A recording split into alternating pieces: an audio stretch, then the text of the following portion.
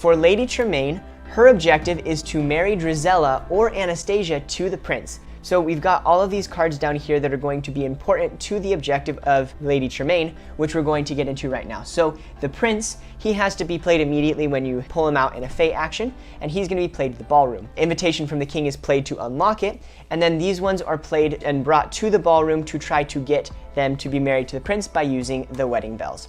So to set up, you're going to place a lock token on the ballroom. This is going to be locked until it becomes unlocked, which we're going to go into a little bit right now.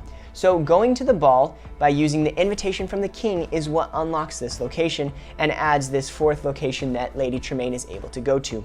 So when it is played, you're going to unlock the ballroom, and you're going to find and play the prince to the ballroom if he has not already been played. You need to note that the ballroom's not going to be relocked. Once you get that card, it's going to be unlocked for the whole game. So there are only 4 characters that can be played or moved to the ballroom. That is the prince, Ballgown Cinderella, and then Ballgown Drizella and Anastasia. So nobody else is allowed in there. With right here, I was doing some research to try to figure this out because we had a little bit of a mix-up when we were trying to play this the first time. It appears that the common consent that I have seen, at least, is that these are the only 4 cards. So this is the exact verbiage from the villain guide. It says only 4 characters, but that doesn't clarify whether or not items are included in that. But from what I have seen and from my understanding of it, I would say that these are the only 4 cards that you wouldn't be able to put items into there. Let me know in the comments down below what your thoughts are on that. And then as it says, there's a link in the description below if you want to go a little bit deeper into that and try to figure out for yourself the answer to that. When Ballgown Cinderella is in play, then Ballgown Drizella and Ballgown Anastasia cannot enter the ballroom. If they're already there, they get to stay. But that's a really important one because if you're trying to move the Ballgown Drizella or Anastasia to the ballroom, if Cinderella is out in her ball gown, you cannot move them into the ballroom. Sweet Nightingale is a very powerful fate card against Lady Tremaine. As it says, you can move an ally to any location. Now, going back to this one, Ballgown Drizella and Ballgown Anastasia, they have to be in the ballroom in order to get married to the prince. So what Sweet Nightingale can do is move them all the way back to the beginning, to the first location, and then they have to work their way back to the ballroom. And you can also do that because it says any ally. You can do it with the normal Drizella or Anastasia and move them back so that when they get turned into the ballground version of themselves, they're also farther away from the ballroom. So going into this, like we had stated, there is a normal version of the cards for Cinderella, Drizella, and Anastasia, and then there's their ball gown version. So you have to first play the normal version. So in this example, Drizella has been played to the castle, and then ball gown Drizella is now being played. So you're going to pay the cost, and you're going to discard Drizella, and then you're going to place the ball gown Drizella in the place of Drizella at the castle. So this is going to be exactly the same with all of the other people with Anastasia and Cinderella as well. You're doing this type of swap, and it's going to be played to the same location. One important thing to know is that the fairy godmother can skip past that step. So like we said with the other ones, you have to have the normal one to turn them into them. And that applies to Cinderella as well, except when the fairy godmother is played.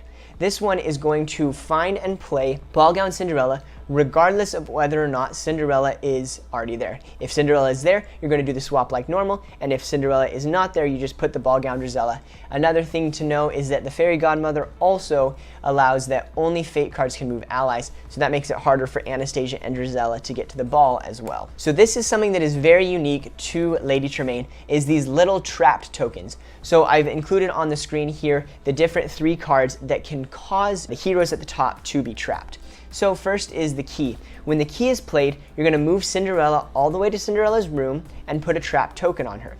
Then you can obviously use this activate ability at another time to move another hero to Cinderella's room and put a trap token on them. So that can be powerful to continue to trap a lot of heroes and potentially move a lot of the heroes to the same location so they're not blocking a bunch of your different actions.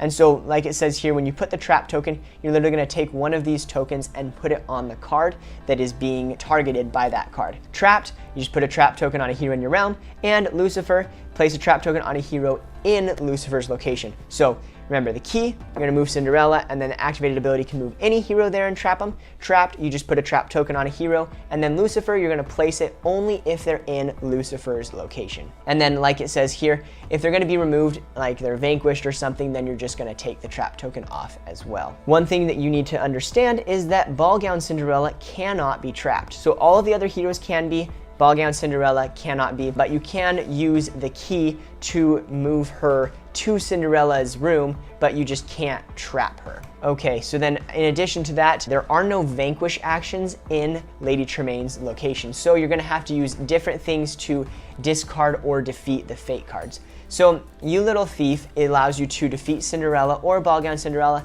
Doesn't cost anything, which is really nice. Midnight will defeat all heroes in your realm. So if you've stacked up a bunch of heroes, that's a really good time to use it. But a downside is you're gonna have to find and play both glass slippers, which are bad for Lady Tremaine. We'll go over that in a second. And then Lady Tremaine's Cane allows you to remove a glass slipper. Notice that this is an activated ability on an item, and so you can use this multiple times throughout the game. So that can be a really powerful one. You wanna get that out pretty quickly, but you also don't want it to be discarded by fate. So you wanna make sure that you're being strategic about that as well. And then finally, the glass slippers. So these items do not get attached to the hero. They stand by themselves. Lady Tremaine cannot win the game if there is a glass slipper in your realm. So if you're playing against Lady Tremaine, you want to try to get in the glass slippers as much as possible, and Lady Tremaine wants to get rid of the glass slippers so that she can then win the game. Like we mentioned earlier, you can remove them by activating Lady Tremaine's Cane. Another thing is that the Prince card is a prince, not a hero. So any cards that reference heroes would not reference the prince.